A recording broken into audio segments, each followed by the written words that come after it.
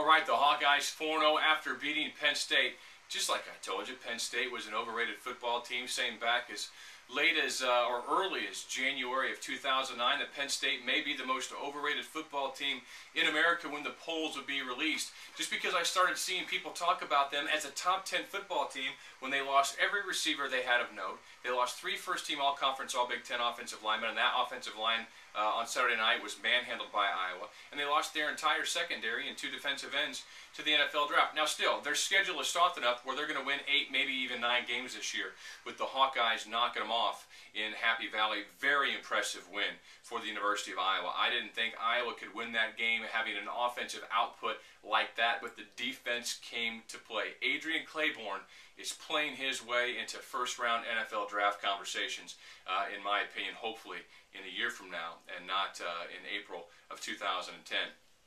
Now it's on to the next step for Iowa, how they deal with expectations and lofty rankings. Kirk Ferentz saying after the game on Saturday night that he has an easier time helping his teams deal with adversity as opposed to expectations. And I don't think Kirk and Iowa are alone in that. But right now, Iowa 13th in the Associated Press poll from being 31st a week ago. How's that work? The coaches have Iowa 17th, but they have Penn State 13th. In the first Harris Interactive poll of the year, that poll accounts for 1/3 of the BCS quotient.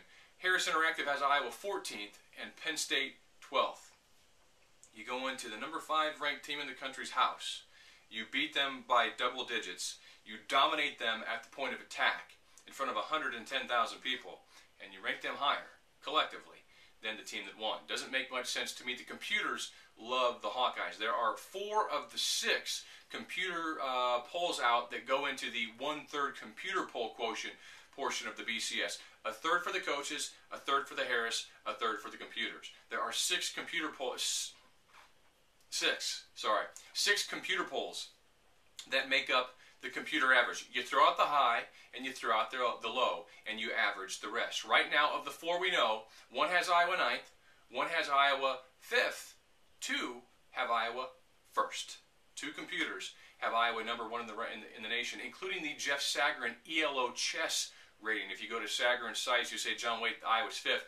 Look at the ELO chess column. That's what he uses and submits to the BCS. He also says Iowa has the 11th most difficult strength of schedule played thus far. So take out the 9, take out one of the 1s, that leaves the 5 and the 6, add those to the 5 and the 1, add those together, you get 6, and basically divide that by 2 since you're using 2 polls, and that gets you a computer average of 3rd. Right now, Iowa's mock BCS, if you add up the 17 from the coaches, the 14 from the Harris, and the 3 from the computers, gets you to 34. Divide that by 3, and you're looking around 11 or 12 ranking in the BCS at this point in time by Iowa. Arkansas State, I think we're going to see a sluggish performance by Iowa, a classic sandwich game, maybe a 24-10, 28-10, somewhere around that range, and then Michigan coming to town in a couple of weeks. Hopefully Michigan is undefeated when they come in, although they are at Michigan State this weekend, and this is all Michigan State has left to play for. They're 1-3. This is basically the season for them, in my opinion. Win or lose, they're done. Hopefully Michigan wins and puts the kill shot at Sparty. If Michigan wins and Iowa wins, look for ESPN Game Day, a better than 50-50 chance to come to Iowa City, because LSU Florida is also on the 10th of October,